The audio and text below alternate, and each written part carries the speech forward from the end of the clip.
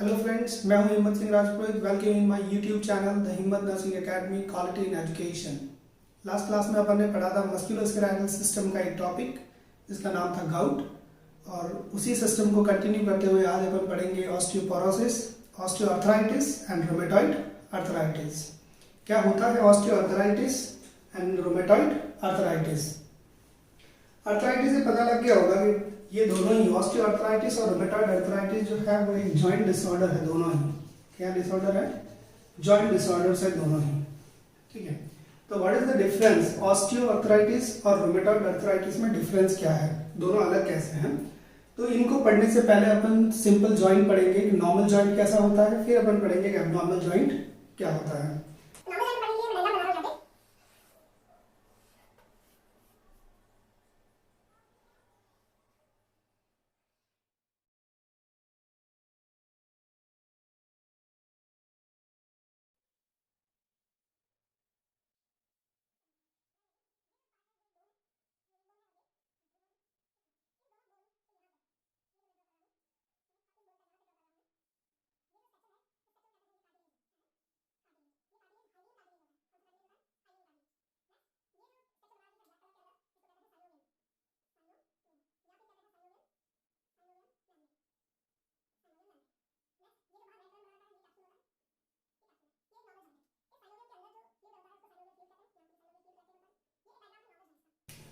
Bone, ये bone, दो bone जब मिलती है तो जॉइंट बनता है अपन कहते हैं। तो दो बोन के एंड्स हैं ये।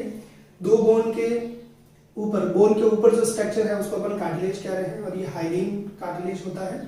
नेक्स्ट, इस दोनों बोन के बीच में, इस कार्टिलेज के ऊपर जो चीज बनी हुई है इसको कहते हैं साइनोवियल मेम्ब्रेन, जो साइनोवियल कैविटी है, और इस कैविटी के अंदर जो है वो साइनोवियल फ्लूइड है। अब प्रॉब्लम क्या होगी? प्रॉब्लम होगी जॉइंट के अंदर। अगर अपन बात करें ऑस्टियोआर्थराइटिस में क्या होगा, तो ऑस्टियोआर्थराइटिस एक डीजनरेटिव डिजीज है। कैसी डिजीज है? डीजनरेटिव डिजीज है। अब डीजनरेटिव डिजीज है तो किसका डीजनरेशन हो रहा है? डीजनरेशन हो रहा है कार्टिलेज का। किसका हो रहा है? कार्टिलेज का डीजनरेशन हो रहा है। जब कार्टिलेज डीजनरेट होगा इसका मतलब है कि ये जो ब्लैक कलर में लाइनें लगा रखी है वो क्या होगा? डीजनरेट हो जाएगा। और जैसे ये डीजनरेट होगा तो जॉइंट का स्पेस जो है वो क्या हो जाएगा? कम हो जाएगा। तो ये जॉइंट का जब स्पेस कम होगा तो ये दोनों बोन आपस में क्या हो जाएगी? टकराएगी। और जब आपस में टकराएगी तो क्या होगा? वो साउंड प्रोड्यूस होगा, इसको कहते हैं क्रिपिटस साउंड आएगा इसके अंदर। कैसा साउंड आएगा? क्रिपिटस साउंड आएगा। किसके अंदर आएगा क्रिपिटस साउंड? ऑस्टियोआर्थराइटिस के अंदर क्रिपिटस साउंड आएगा। प्रॉब्लम क्या होती है ऑस्टियोआर्थराइटिस में? डीजनरेटिव डिजीज है। किसका डीजनरेशन हो रहा है? कार्टिलेज का हो रहा है। मोस्ट कॉमनली ऑस्टियोआर्थराइटिस कहाँ होगा? तो वेट बियरिंग जॉइंट्स के ऊपर होगा। कहाँ होगा? वेट बियरिंग जॉइंट्स के ऊपर होगा।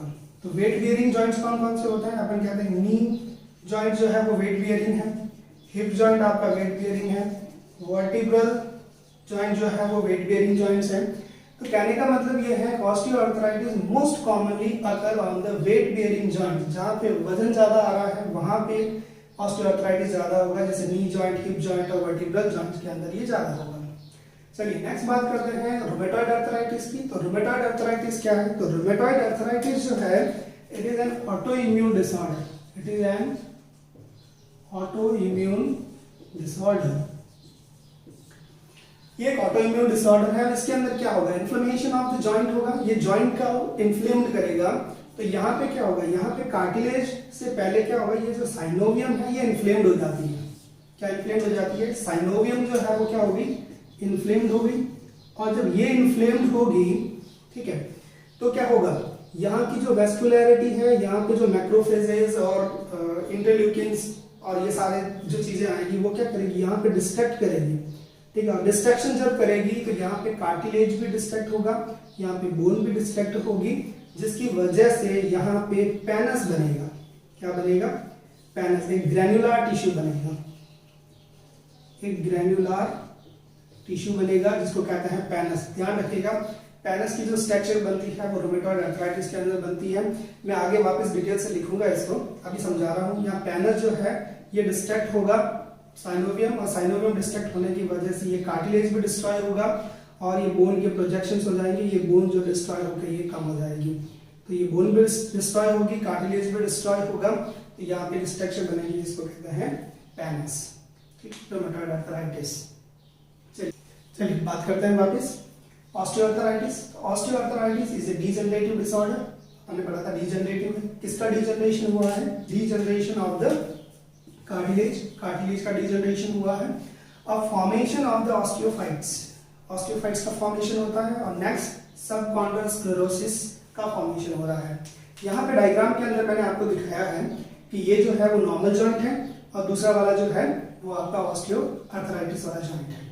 अब ध्यान से देखिए कि इस जॉइंट में और इस जॉइंट के अंदर क्या डिफरेंसेस है। यहाँ पे देखिए जो कार्टिलेज बना हुआ है वहां पे कार्टिलेज देखिए डिस्ट्रॉय हो रहा है, तो जो डिस्ट्रॉय हो रहा है वहां पे कुछ बनेगा, ठीक है, डिस्ट्रैक्ट होगा, उसको कहते हैं ऑस्टियोफाइट्स, ठीक है। ऑस्टियोफाइट्स क्या होता है, तो यहाँ देखिए ऑस्टियोफाइट्स क्या है कि bony projections associated with the degeneration of cartilage, जहां पे डीजनरेशन ऑफ कार्टिलेज हो रहा है वहां पे जो स्ट्रक्चर बन रही है उसको कह रहे हैं ऑस्टियोफाइट्स। तो यहाँ देखिए डायग्राम के अंदर ऑस्टियोफाइट्स क्लियरली नजर आ रहा है आपको, और osteophytes also known as bone spur, osteocytes और बोन स्पुर एक ही बात होती है, तो ऑस्टियोफाइट्स एंड बोन स्पुर एक ही बात है। नेक्स्ट नीचे देखिएगा डायग्राम के अंदर नीचे मेंशन किया हुआ है सबकॉन्ड्रल स्क्लेरोसिस। क्या होता है सबकॉन्ड्रल स्क्लेरोसिस, तो hardening of the bone just below the cartilage, cartilage जो डिस्ट्रॉय हुआ है उसके नीचे की जो स्ट्रक्चर है वो हार्ड हो जाती है, उसको कहते हैं सबकॉन्ड्रल स्क्लेरोसिस। आपको डायग्राम के अंदर क्लियरली विजुअलाइज हो रहा है, तो ये होता है osteoarthritis. Next we move on to the rheumatoid arthritis.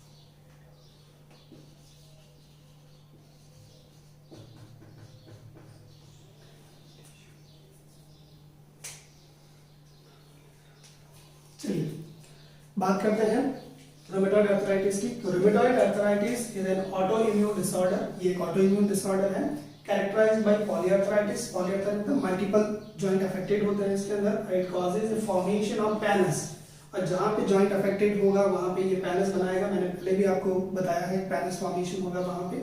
तो पैनस क्या होता है, पैनस का मतलब होता है abnormal layer of granular tissue, एक एब्नॉर्मल लेयर बनेगी ग्रैन्युलर टिश्यू की, उसको कहते हैं पैनस, ठीक है।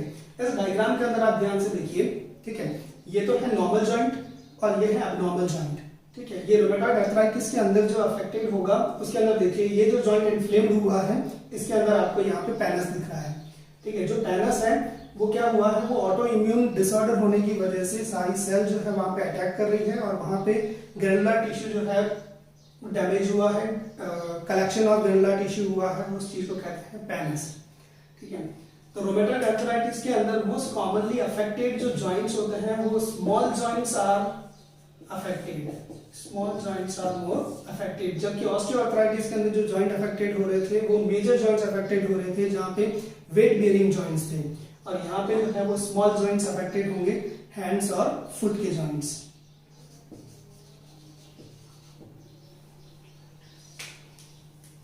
चलिए नेक्स्ट बात करते हैं कॉजेज की। तो ऑस्टियोआर्थराइटिस के क्या क्या कॉजेज होंगे? तो ऑस्टियोआर्थराइटिस में होता है एज जो है वो अपन कह रहे हैं मोर देन 40 इयर्स वाले लोग जो है अफेक्टेड होते हैं। और एक चीज का ध्यान रखिएगा, womens are more affected than the men. Osteoarthritis जो ज्यादा अफेक्ट करती है वो वुमेन्स में करती है, तो womens are more affected than the male. और एज कौन से अफेक्टेड होगी? मोर देन 40 इयर्स, 40 ईयर के बाद वाले जो लोग हैं वो ज्यादा अफेक्टेड होंगे। ओबेसिटी, जो लोगों में मोटापन ज्यादा होगा, तो अपन कह रहे हैं ऐसे भी ऑस्टियोआर्थराइटिस वेट बियरिंग जॉइंट्स पे ज्यादा होता है, तो ओबेसिटी जो है वो अफेक्ट करेगी। ट्रॉमा, अगर रिकरेंट इंजरीज और ट्रॉमा हो रहा है तो ऑस्टियोआर्थराइटिस के चांसेस बढ़ जाते हैं। और नेक्स्ट बात करते हैं ऑक्यूपेशन। ऐसा कोई ऑक्यूपेशन जिसमें वेट बियरिंग का काम कर रहा हो, जैसे कूली जो है वेट बियर करता है ज्यादा, उन लोगों में ज्यादा रहेगा, या फिर कहीं पे चोट वगैरह ज्यादा लग रही हो। Next, decrease level of estrogens. Estrogen का लेवल कम कब होता है? जब मेनोपॉज हो जाता है, एस्ट्रोजन का लेवल कम हो जाता है, वो लोग भी अफेक्टेड होते हैं ऑस्टियोआर्थराइटिस से। नेक्स्ट बात करते हैं कॉज रूमेटॉइड आर्थराइटिस की। More common in womens and younger than 20 years. Genetic है, और कौन सा जीन जो है वो अफेक्टेड होता है? HLD-DR4 जीन जो है वो ज्यादा अफेक्टेड होता है। दूसरे फैक्टर्स होते हैं सम एनवायरमेंटल फैक्टर्स। चलिए देखते हैं क्लिनिकल फीचर्स। क्लिनिकल फीचर्स अपन ऑस्टियोआर्थराइटिस के क्लिनिकल फीचर्स देख रहे हैं। इसमें एसिमेट्रिक पेन। एसिमेट्रिक पेन का मतलब क्या होता है? एसिमेट्रिक पेन का मतलब होता है कोई भी एक जॉइंट अफेक्टेड होगा। दोनों जॉइंट सिमेट्रिकल मतलब है दोनों जॉइंट एक साथ अफेक्टेड नहीं होंगे, हो भी सकते हैं, पर ये एसिमेट्रिक होता है, एक जॉइंट जो है वो अफेक्टेड होगा। और इसमें जो पेन है वो एक्टिव और पैसिव दोनों के समय में होगा। चाहे आप एक्टिव मूव कर रहे हैं तो भी पेन होगा, और पैसिव मूव कर रहे हैं तो भी पेन होगा। एक्टिव और पैसिव जो पेन होगा वो सिर्फ ऑस्टियोआर्थराइटिस के अंदर होता है, रूमेटॉइड आर्थराइटिस में नहीं होता है। नेक्स्ट, ये एसिमेट्रिक पेन होता है इसके अंदर, और रूमेटॉइड आर्थराइटिस के अंदर सिमेट्रिकल पेन होता है, पढ़ेंगे हम। जॉइंट स्टिफनेस, जॉइंट जो है वो स्टिफ हो जाते हैं। अगर आप मॉर्निंग स्लीप के बाद उठेंगे अगर, तो आपको 1 घंटे के अंदर अंदर जो है वो जॉइंट स्टिफनेस जो है वो ठीक हो जाएगी। तो जॉइंट स्टिफनेस रहती है पर 1 घंटे से कम रहती है। नेक्स्ट, ऑस्टियोआर्थराइटिस में जो जॉइंट अफेक्टेड होता है वो होता है नी जॉइंट। सबसे ज्यादा जो जॉइंट अफेक्टेड होता है वो नी जॉइंट अफेक्टेड होता है। तो नी जॉइंट के ऊपर कौन सी मसल आ रही है? तो कौन सी मसल वीक होती है? तो यहाँ पे क्वाड्रिसेप्स जो मसल है, जो एंटीरियर थाई की मसल्स होती है, थाई के आगे की तरफ जो मसल है वो क्वाड्रिसेप्स मसल्स है। और इसमें भी क्वाड्रिसेप्स मसल में भी सबसे ज्यादा जो डिस्ट्रैक्शन होता है वो वेस्टर्स मीडियलिस मसल का डिस्ट्रैक्शन होता है। तो ये ध्यान रखिएगा कि ऑस्टियोआर्थराइटिस में कौन सी मसल जो है वो डैमेज होती है? क्वाड्रिसेप्स मसल होती है और वेस्टर्स मीडियलिस होती है। तो अपन जब मैनेजमेंट पढ़ेंगे तो अपन इसकी स्ट्रेंथनिंग करवाएंगे जिससे ये जॉइंट जो है वो मजबूत हो सके। नेक्स्ट, नी जॉइंट मोर अफेक्टेड होता है, बात कर ली अपन ने। नेक्स्ट, इसके अंदर जो है वो 2 नोड्स बनते हैं। पहली नोड्स है हैवर्डन नोड्स और दूसरी है बॉचार्ड नोड्स। हैवर्डन नोड्स जो है वो ध्यान रखिएगा, ये आपका हैंड है, तो यहाँ पे जो डिस्टल इंटरफेरेंजियल जॉइंट है, जो आगे की डिजिट है, डिस्टल इंटरफेरेंजियल जॉइंट पे जो नोड बनेगी यहाँ पे, इसको तो कहेंगे हैवर्डन नोड्स। और जो प्रॉक्सिमल इंटरफेरेंजियल जॉइंट पे बनेगी यहाँ पे सेकंड डिजिट पे, इसको कहेंगे बॉचार्ड नोड। ध्यान रखिएगा, जो आगे की तरफ है वो हैवर्डन नोड्स है, जो पीछे की तरफ है वो बॉचार्ड नोड्स है। याद रखने के लिए आप याद रख सकते हैं H और B, हीमोग्लोबिन HB। H जो है वो डिस्टल है और B जो है वो प्रॉक्सिमल है। तो हैवर्डन नोड्स जो है वो डिस्टल होती है और बॉचार्ड नोड जो है वो हैवर्डन नोड जो है वो डिस्टल होती है और बॉचार्ड नोड जो है वो प्रॉक्सिमल होती है। यहाँ पे ध्यान रखिएगा, यहाँ पे ये PIP है, प्रॉक्सिमल इंटरफेरेंजियल जॉइंट होगा। डायग्राम देखेंगे आप तो यहाँ पे साफ साफ नजर आ रहा है, ये जो नोड है आगे वाली, ये तो है हैवर्डन नोड्स, और जो सेकंड वाली नोड्स है उसको कहते हैं बॉचार्ड नोड्स। डायग्राम में आपको क्लियरली विजुअलाइज हो रहा है, ठीक है। नेक्स्ट, चलिए बात करते हैं रूमेटॉइड आर्थराइटिस के क्लिनिकल फीचर्स की। तो इसके अंदर जो रूमेटॉइड आर्थराइटिस में सबसे पहले जो क्लिनिकल फीचर्स होगा, तो अपन कह रहे हैं कि यहाँ पे इन्फ्लेमेटरी कंडीशंस हैं। तो यहाँ पे रेडनेस, स्वेलिंग और हॉट होगा ये जॉइंट्स। तो रेडनेस होगी, स्वेलिंग होगी, ये प्रेजेंट रहेगी। दूसरा सिमेट्रिकल पेन होगा, दोनों joint, both joints are affected होंगे। इसके अंदर सिमेट्रिकल जॉइंट पेन होगा, दोनों जॉइंट इक्वल पेन होगा। जॉइंट स्टिफनेस होगी, पर जॉइंट स्टिफनेस 1 घंटे से भी ज्यादा के लिए होगी। अपन ने पढ़ा था ऑस्टियोआर्थराइटिस में 1 घंटे से कम के लिए जॉइंट स्टिफनेस होती है मॉर्निंग में, जबकि यहाँ पे रूमेटॉइड आर्थराइटिस में 1 घंटे से ज्यादा जॉइंट स्टिफ रह सकता है। नेक्स्ट इज रूमेटॉइड आर्थराइटिस में जो जॉइंट अफेक्टेड होता है वो peripheral joints are more affected होते हैं, और समटाइम्स कुछ समय ऐसा भी हो सकता है कि सेंट्रल जॉइंट भी अफेक्टेड हो, जिसमें एटलैंटो एक्सियल जॉइंट सबसे कॉमन जॉइंट है, एटलैंटो एक्सियल जॉइंट। नेक्स्ट जो क्लिनिकल फीचर है उसमें है swan neck deformity, boutonniere deformity, ulnar drift and Z deformity. क्या होती है ये स्वान नेक डिफॉर्मिटी?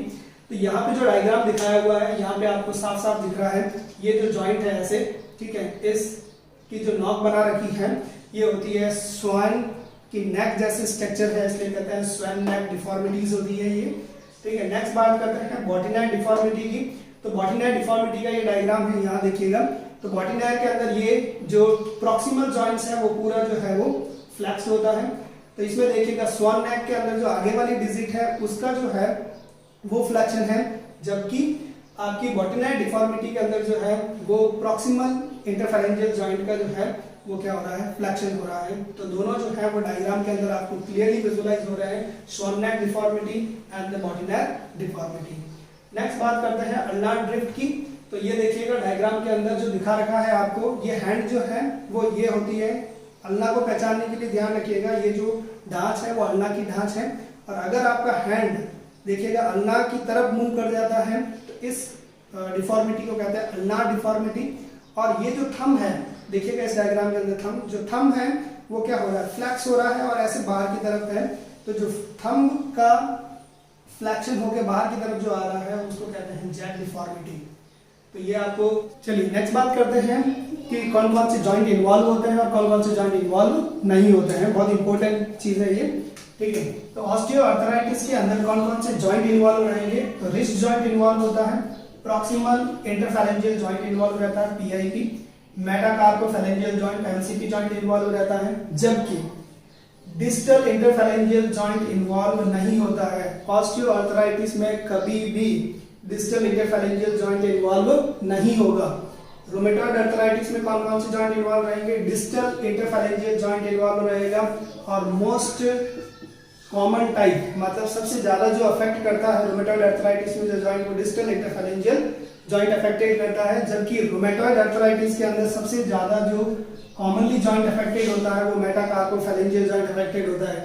ध्यान रखिएगा, वापस बता रहा हूं कि ऑस्टियोआर्थराइटिस में मोस्ट कॉमनली अफेक्टेड जो जॉइंट होता है वो मेटाकार्पोफेरेंजियल जॉइंट अफेक्टेड होता है, ठीक है।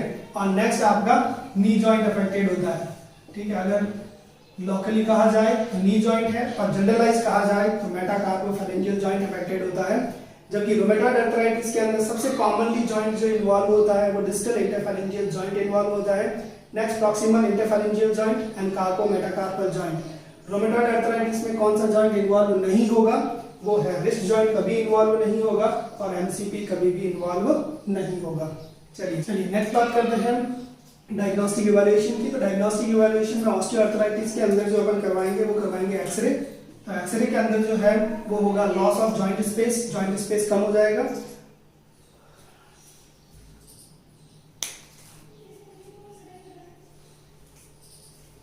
नेक्स्ट बात करते हैं अपन डायग्नोस्टिक इवैल्यूएशन की। तो ऑस्टियोआर्थराइटिस के अंदर डायग्नोस्टिक इवैल्यूएशन क्या होगा? तो सबसे पहले अपन एक्सरे करवाएंगे। तो एक्सरे के अंदर जो है वो लॉस ऑफ जॉइंट स्पेस होगा, जॉइंट का जो स्पेस पहले का था कार्टिलेज जो है वो डिस्ट्रॉय हो जाएगा, तो दोनों बोन जो है वो आपस में चिपक जाएगी। तो चिपक जाएगी तो जॉइंट स्पेस जो है वो कम हो गया। नेक्स्ट चीज अपन ने बताई थी ऑस्टियोफाइट्स बनेंगे और स्क्लेरोसिस बनेगा। ये तीनों चीजें मैंने आपको बता दी हैं, ये तीनों चीजें बनेगी। इसको याद रखने के लिए लॉस याद रख सकते हैं, loss L for the loss of joint space, O for the osteophytes, और स्क्लेरोसिस S लॉस याद कर सकते हैं। नेक्स्ट होता है aspiration of the synovial fluid. Synovial fluid से जो है वो एस्पिरेट करके देखेंगे। तो साइनोवियल फ्लूइड अगर एस्पिरेट करेंगे तो क्लियर और येलो कलर का फ्लूइड दिखेगा, ठीक है। नो साइन ऑफ इन्फ्लेमेशन, किसी तरह का कोई इन्फ्लेमेशन नहीं दिखेगा। जबकि रूमेटॉइड आर्थराइटिस की बात करते हैं तो इसके अंदर क्या क्या इन्वेस्टिगेशन कराने पड़ेंगे? Presence of RA factor, RA factor मतलब रूमेटॉइड आर्थराइटिस फैक्टर, ये सेंसिटिव टेस्ट है, सेंसिटिव है पर कंफर्मेटरी टेस्ट नहीं है। तो presence of RA factor ESR का लेवल बढ़ा हुआ रहेगा, ईएसआर मतलब एरिथ्रोसाइट सेडिमेंटेशन रेट, आरबीसी जो है उसकी काउंट्स कम होगी, सी पॉजिटिव, सी रिएक्टिव प्रोटीन जो है वो पॉजिटिव आएगा। और नेक्स्ट जो टेस्ट है वो ध्यान रखिएगा, ANA test, anti nuclear antibody test, ANA test and anti cyclic citrulline peptide test, anti CCP test, ये दोनों ही स्पेसिफिक टेस्ट है। स्पेसिफिक टेस्ट है anti nuclear antibody test ANA test और anti cyclic citrulline peptide anti CCP test is the specific test for the rheumatoid arthritis. और next synovial fluid अगर withdraw करके देखेंगे, एस्पिरेट करके देखेंगे तो वहां पे इन्फ्लेमेशन के चेंजेस दिखेंगे। चलिए बात करते हैं ट्रीटमेंट की। तो ऑस्टियोआर्थराइटिस का क्या ट्रीटमेंट रहेगा? ऑस्टियोआर्थराइटिस के अंदर ट्रीटमेंट जो है, पेन हो रहा है तो अपने NSAIDs देना है। NSAIDs में सबसे सेफ NSAIDs है एसिटामिनोफेन, सबसे सेफ NSAID है। नेक्स्ट स्ट्रेंथनिंग एक्सरसाइजेस, स्ट्रेंथनिंग क्यों करानी है? क्योंकि वो मसल वीक हुआ था, मैंने आपको बताया था कि इसके अंदर ऑस्टियोआर्थराइटिस के अंदर सबसे वीक मसल जो होता है वो क्वाड्रिसेप्स होता है और उसमें भी वेस्टस मीडियलिस होता है। तो क्वाड्रिसेप्स मसल्स की एक्सरसाइजेस करवानी है जिससे वो जॉइंट जो है वो मजबूत रहेगा। नेक्स्ट क्रच यूज, अगर पेशेंट जो है वो चलने में दिक्कत आ रही है और क्रच यूज करना चाहता है तो क्रच जो है वो अनअफेक्टेड साइड यूज करेंगे। ध्यान रखिएगा, क्वेश्चन काफी बार पूछे हुए हैं कि क्रच कौन सी साइड यूज करेंगे, अनअफेक्टेड साइड क्रच यूज करना है। और नेक्स्ट कार्टिलेज प्रोटेक्टेंट देने हैं। ऑस्टियोआर्थराइटिस में मेन प्रॉब्लम क्या हुआ था? Degeneration of the cartilage. जब डीजनरेशन ऑफ कार्टिलेज हो रहा है तो कार्टिलेज के प्रोटेक्टेंट देने पड़ेंगे, और प्रोटेक्टेंट जब देंगे तो अर्ली फेज में यूज करेंगे। ये किस फेज में यूज करेंगे? अर्ली फेज में। तो कौन सी चीज होती है कार्टिलेज प्रोटेक्टेंट? ग्लूकोसामाइन, ठीक है, टैबलेट फॉर्म में आता है ग्लूकोसामाइन, ये आप दे सकते हैं। नेक्स्ट है जॉइंट लुब्रिकेंट्स आप यूज कर सकते हैं। जॉइंट लुब्रिकेंट के तौर पे हेलुरोनिडेज आप यूज कर सकते हैं।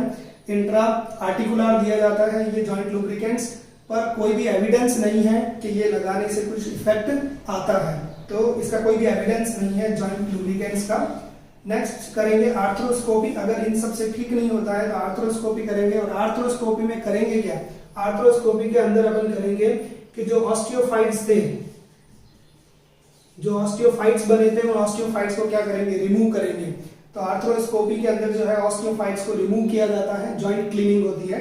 Next high tibial osteotomy. High tibial osteotomy का मतलब होता है कि एक चीज का और ध्यान रखना, ऑस्टियोआर्थराइटिस के अंदर जो है, जैसे ये लेग है तो इसमें जो है वो मीडियल साइड ज्यादा अफेक्टेड होती है, तो पर्सन जो है वो टिल्टेड रहता है ऐसे, तो मीडियल साइड ज्यादा अफेक्टेड रहेगी इसके अंदर। तो अपन क्या करते हैं कि टिबियल के सहारे पे एक जो है वो रॉड फिक्सेशन कर दिया जाता है, जिससे जो है वो पोस्चर उसका ठीक हो जाएगा।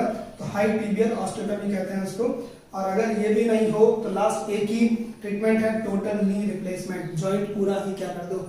रिप्लेस कर दो, टोटल नी रिप्लेसमेंट। ये तो हुआ आपका ऑस्टियोआर्थराइटिस का management. Next we move on to the rheumatoid arthritis management. इसके अंदर भी क्या करानी है? फिजियोथेरेपी एक्सरसाइजेस करवानी है, क्योंकि जॉइंट स्टिफनेस इसके अंदर ज्यादा रहती है, फिजियोथेरेपी एक्सरसाइजेस करवानी है। पर एक चीज का ध्यान रखिएगा, अपन ने जब जॉइंट पढ़े तो मैंने कहा था कि इसमें पेरिफेरल जॉइंट इन्वॉल्व होते हैं, पर समटाइम्स जो है वो एटलेंटोएक्सियल जॉइंट भी इन्वॉल्व होता है। तो अगर एटलेंटोएक्सियल जॉइंट इन्वॉल्व है तो avoid neck yoga. Neck yoga जो है वो नहीं करना है in case of atlantoaxial joint involvement, क्योंकि और कंप्रेशन होगा, और कंप्रेशन अगर हुआ तो आपके रेस्पिरेटरी के अंदर प्रॉब्लम आ सकती है। नेक्स्ट NSAIDs यूज करने हैं पेन के लिए। NSAIDs का इतना रोल नहीं है, क्योंकि इसके अंदर जो ड्रग ऑफ चॉइस होती है वो होती है DMR drug, disease modifying anti rheumatic drugs. तो ये जो क्लासिफिकेशन है इसके अंदर जो मिथोट्रिक्सेट है, it is the drug of choice. Methotrexate is the drug of choice for the rheumatoid arthritis. Next sulfasalazine and hydroxychloroquine. Sometime जो है इन तीनों को एक साथ दिया जाता है, जिसको कहते हैं ट्रिपल थेरेपी। क्या है? Methotrexate, sulfasalazine, hydroxychloroquine. ये तीनों ही जो है वो disease modifying anti rheumatic drug के क्लासिफिकेशन के अंदर आते हैं। चलिए नेक्स्ट मैनेजमेंट की बात करते हैं। तो इम्यूनोसप्रेसेंट एग्जांपल है लेफ्लुनोमाइड, ठीक है, और ILA रिसेप्टर एंटागोनिस्ट भी यूज करते हैं, इसका एनाकिंड्रा ड्रग्स यूज किया जाता है। और इसके बाद में अगर नहीं हो तो साइनोवैक्टमी कर दो, ठीक है, जो साइनोवियम है उसको रिमूव कर, साइनोवियम को रिमूव कर दो तो साइनोवैक्टमी कहलाता है। और अगर इन सब से भी ठीक नहीं हो रहा है तो joint replacement, last option is the joint replacement. तो ये जो था आपने पढ़ा ऑस्टियोआर्थराइटिस और रूमेटॉइड आर्थराइटिस के बारे में, ऑस्टियोआर्थराइटिस और रूमेटॉइड आर्थराइटिस एक दूसरे से कैसे डिफर करते हैं, तो ये चीज पढ़ी। और नेक्स्ट मस्कुलोस्केलेटल सिस्टम में जो न्यू टॉपिक होगा अगला, वो ऑस्टियोमाइलाइटिस और ऑस्टियोपोरोसिस के बारे में पढ़ेंगे। और ऐसे ही आप लाइक्स, शेयर और सब्सक्राइब करते रहिए मेरे चैनल। Thank you.